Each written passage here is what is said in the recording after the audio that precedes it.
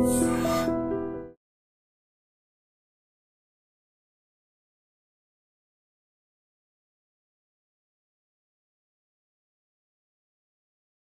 Hello నమస్తే welcome back to iter media. ఈరోజు మనతో ఉన్నారు హైకోర్టు అలాగే ఇమిగ్రేషన్ లాయర్ అయిన పృథ్వీ గారు. సార్తో మాట్లాడుతూ ముఖ్యంగా అమెరికాలో ఐటీ మార్పుల గురించి. నమస్కారం సార్. నమస్తే విరాట్. సార్, ప్రీవియస్ ఎపిసోడ్లో ఆల్రెడీ ఇల్లీగల్ ఇమిగ్రెంట్స్ ముఖ్యంగా స్టూడెంట్స్లో ఎవరైతే ఉన్నారో వాళ్ళ గురించి వాళ్ళ న్యూస్ గురించి చెప్పడం జరిగింది. And at the same time మరొక అప్డేట్, అంటే ఐటీలో చాలా కీ చేంజెస్ తీసుకొస్తుంది అమెరికన్ గవర్నమెంట్ అని వినిపిస్తూ ఉన్నాయి. అవేంటో తెలుసుకోవచ్చు. ఇప్పుడు ఐటీ సెక్టర్లో మనం ఆల్రెడీ ఇంతకుముందు చెప్పుకున్నాము. ట్రంప్ తను అనౌన్స్ చేసినటువంటి ఒక ప్రోగ్రాంలో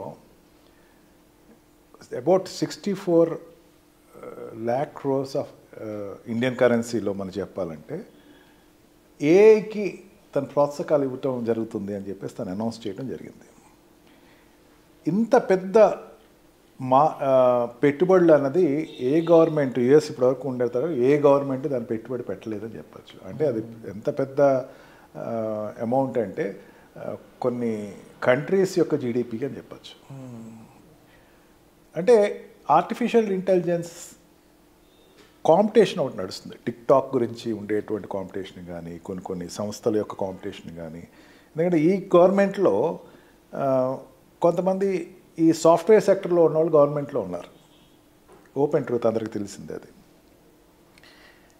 వీళ్ళందరూ ఏంటంటే ఇప్పటివరకు సాఫ్ట్వేర్ సెక్టర్లో చైనా కొంచెం ముందుకు వెళ్తుంది.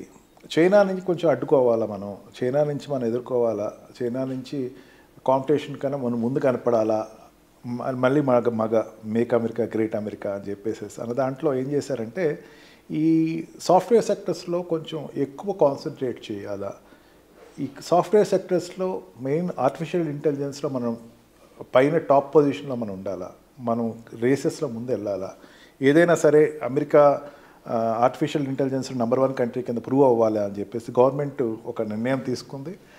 ఈ సాఫ్ట్వేర్ సెక్టర్స్లో మెయిన్ ఆర్టిఫిషియల్ ఇంటెలిజెన్స్లో చూసుకుంటే కనుక ఆర్టిఫిషియల్ ఇంటెలిజెన్స్లో ఇప్పుడు జరుగుతున్న పురోగతి మొన్నటి వరకు ఏంటంటే ఈ యుఎన్ఓ ఆధ్వర్యంలో కూర్చున్న కంట్రీస్ అన్ని కూర్చుని అనేకమైన డిస్కషన్ చేసినాయి. ఏమంటే నేను ఏని పెద్ద లిమిటెడ్గా దాన్ని ప్రోత్సాహం ఇవ్వాలి, ఎక్కువ ఎక్సెస్ ఇవ్వద్దు, కొన్ని రంగాల్లో తీసుకురావద్దు అని చెప్పడం జరిగింది. కానీ యుఎన్ఓకి ఒక కొరగానికి కొయ్యి కింద చెప్పాలి ట్రంప్ని. ఆయన ఏమన్నాడంటే లేదు, నథింగ్ డూయింగ్, నేను ఏఐకి నా గేట్స్ అని ఓపెన్ చేశాను, రీసెర్చ్ అనేది జరగాలి, అన్ని రంగాల్లో రీసెర్చ్ చేయాలి అని చెప్పేసి ఆయన తీసుకొచ్చారు. ఇది ఇండియాకైతే ఇట్స్ ఎ బిగ్ న్యూస్. ఇప్పుడు ఇండియా నుంచి వెళ్ళేటువంటి స్టూడెంట్స్, ఎస్పెషల్లీ సౌత్ ఇండియా, మన మెయిన్ తెలుగు రాష్ట్రాల నుంచి వెళ్ళేటువంటి స్టూడెంట్స్ ఎక్కువ మంది సాఫ్ట్వేర్ నుంచి వెళ్ళే వాళ్ళు ఉంటారు. A boy born in Telangana or Andhra is a boy of engineering student అని చెప్పేసి ఒక నాడు ఉంది. అంటే ఇంజనీర్స్ అంతమంది ఉన్నారు ఇక్కడ. వీళ్ళందరూ కూడా ఈ ఎంఎస్ చేయటానికి కానీ లేకపోతే జాబ్స్ కానీ యుఎస్ సర్చ్లోకి వెళ్తే కనుక ఖచ్చితంగా ఏఐ అన్నది వీళ్ళకి కొన్ని కోర్సెస్ చేసిన తర్వాత ఏఐలో వీళ్ళు వెళ్ళి జాయిన్ అవ్వటానికి చాలా ఎక్కువ వ్యాక్యూమ్ అయితే అక్కడ ఉంది. ఐటీ సెక్టర్స్లో ఇండియన్స్ వెళ్ళి అక్కడ they can take a good opportunity there. పెరుగుతుందంటే మిగతా సాఫ్ట్వేర్ సెక్టర్స్ అన్నీ పెరుగుతున్నట్టు లెక్క. అంటే ఎట్ ప్రజెంట్ ఇప్పటికిప్పుడైతే భయాందోళన చెంది ఐటీ ఎంత పడిపోతుందని చెప్పి ఈ షేర్ మార్కెట్లతో ఎప్పుడు విరాట్ చాలా పెద్ద తప్పు ఏంటంటే షేర్ మార్కెట్ నమ్ముకుని ఏదో గుండె పట్టేసి అయ్యి బాబా షేర్ పడిపోయింది, షేర్ మార్కెట్ పడిపోయింది. Share market is different, IT sector is different, share market is different, government policy is different. Share market అంటే ఎట్లాంటిదంటే పొయ్యి మీద పాలు పెడితే పెంచితే పొంగు వస్తుంది, తగ్గిస్తే తగ్గిపోద్ది. బట్ ఈ IT sector is different, jobs అనేది డిఫరెంట్. ఈ ఐటీ సెక్టర్స్లో ప్రతిదాన్ని ఇప్పుడు చూసుకోండి, మన రెగ్యులర్ పేపర్లో చూసుకుంటున్నాం. ప్రతి చోట హాస్పిటల్ సెక్టర్స్లోను ఈ మిలిటరీ సెక్టర్స్లోను ప్రతి చోట వస్తుంది అంటే అంతమంది ఎంప్లాయీస్ కావాలి కదా. Very true.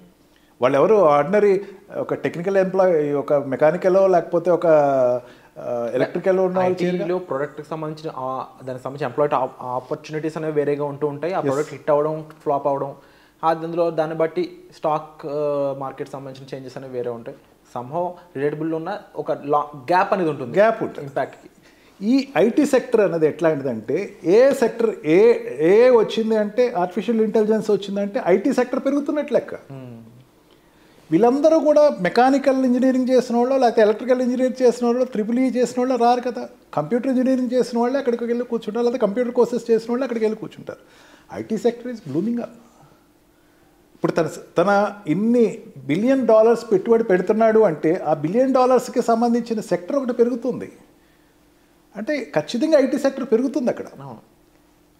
నీకు నచ్చినట్టు పెరగాలి, ఇంకో రకంగా పెరగకూడదు అనేది తప్పు. తను ఒక డిజైన్ చేశాడు దాని మీద. మెయిన్ ఏంటంటే అక్కడ ఉండేటువంటి గవర్నమెంట్లో ఉన్న మినిస్టర్స్ కానీ, గవర్నమెంట్లో ఉండేటువంటి మిగతా మెంబర్స్ అందరూ కూడా, రామస్వామిని తీసుకున్న వీళ్ళందరూ సాఫ్ట్వేర్ సెక్టర్స్ నుంచి వెళ్ళిన వాళ్ళే కదా. వీళ్ళందరూ అక్కడ పెట్టుబడులు పెడుతుంది దేనికి? అవి పెరగాలనే కదా. ఖచ్చితంగా software sector is growing up.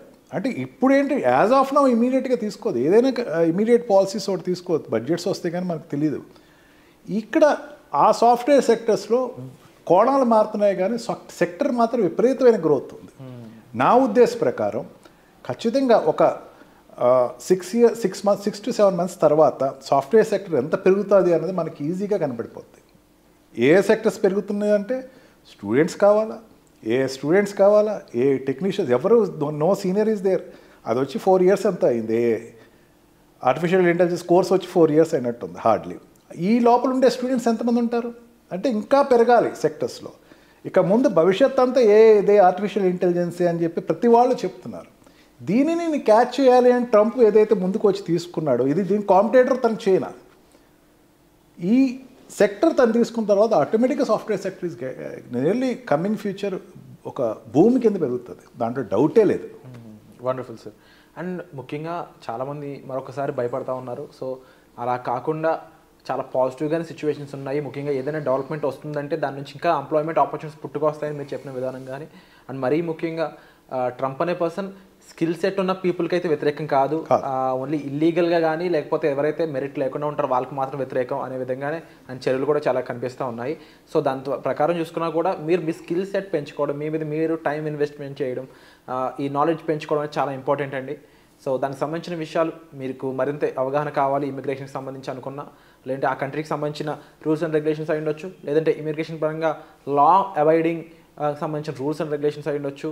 అలాంటి సిచ్యువేషన్లో ఎవరైనా మీ ఇంటి వాళ్ళు చిక్కుకున్నా దానికి సంబంధించిన అప్డేట్స్ అన్ని కోసం మీరు డిస్ప్లే అవుతున్న నెంబర్స్ కాల్ చేసి హైకోర్టు అడ్వకేట్ అయిన పృథ్వీ గారిని మీరు సంప్రదించవచ్చు. అలాగే మీకు ఏ స్పెసిఫిక్ ఎపిసోడ్ సార్ నుంచి కావాలనుకున్నా సరే కామెంట్ సెక్షన్లో చాలా క్లియర్గా మెన్షన్ చేయండి. అలాగే వచ్చే ఎపిసోడ్లో మళ్ళీ కలుద్దామండి. Thank you so much. Thank you.